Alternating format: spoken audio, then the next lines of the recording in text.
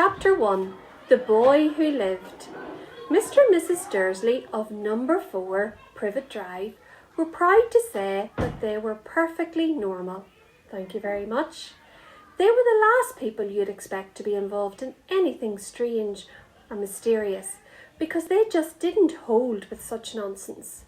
Mr. Dursley was the director of a firm called Grunnings, which made drills. He was a big, beefy man with hardly any neck, although he did have a very large moustache. Mrs. Dursley was thin and blonde, and had nearly twice the usual amount of neck, which came in very useful as she spent so much of her time craning over garden fences, spying on the neighbours. The Dursleys had a small son called Dudley, and in their opinion, there was no finer boy anywhere. The Dursleys had everything they wanted, but they also had a secret, and their greatest fear was that somebody would discover it.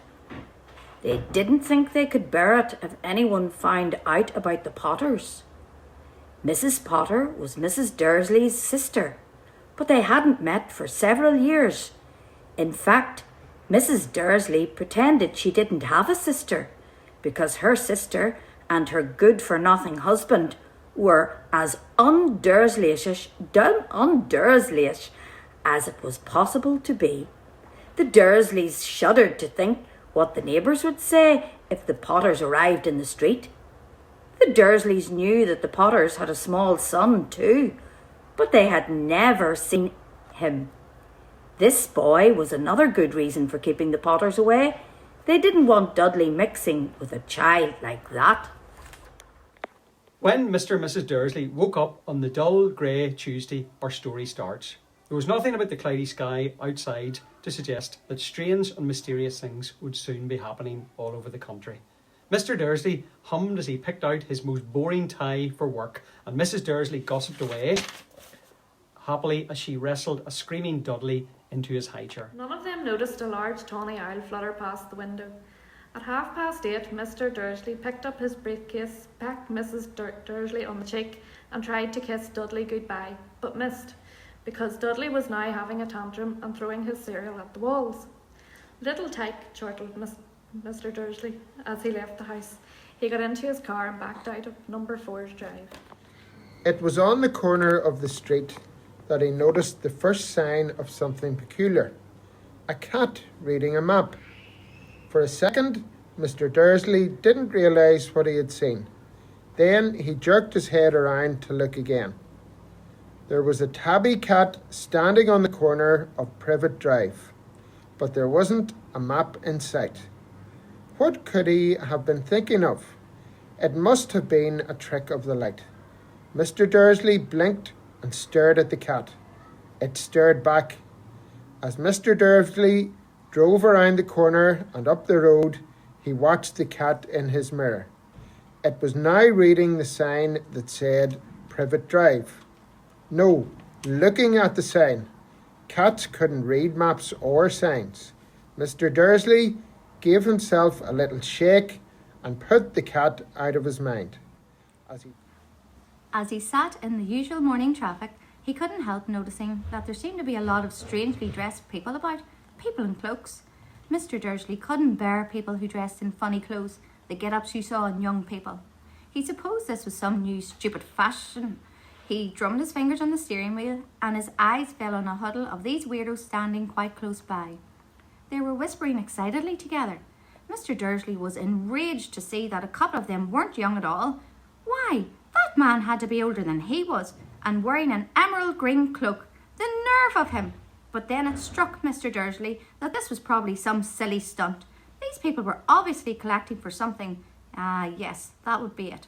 The traffic moved on, and a few minutes later, Mr. Dursley arrived in the Grunnings car park, his mind back on drills. Mr. Dursley always sat with his back to the window in his office on the 9th floor. If he hadn't, he might have found it harder to concentrate on the drills that morning. He didn't see the owls sweeping past in broad daylight, though people down on the street did.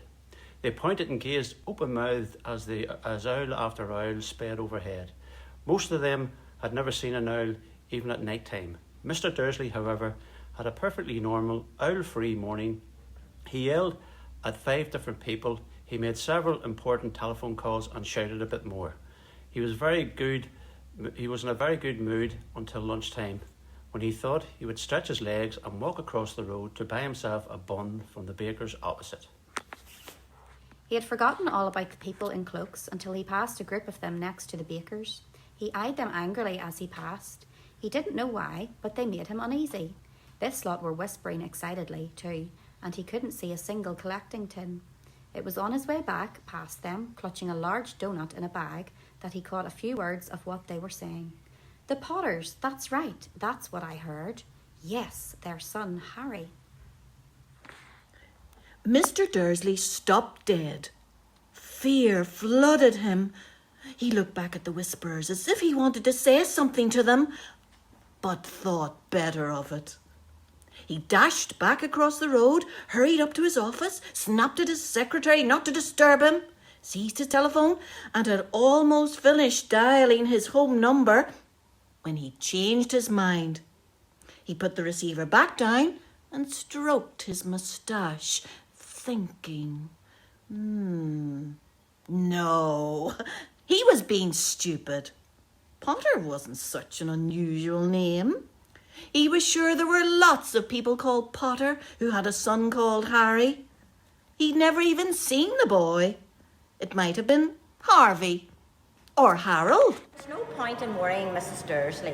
She always got so upset at any mention of her sister. He didn't blame her if he'd had a sister like that, but all the same, those people in cloaks. He found it a lot harder to concentrate on drills that afternoon, and when he left the building at 5 o'clock, he was still so worried that he walked straight into someone just outside the door.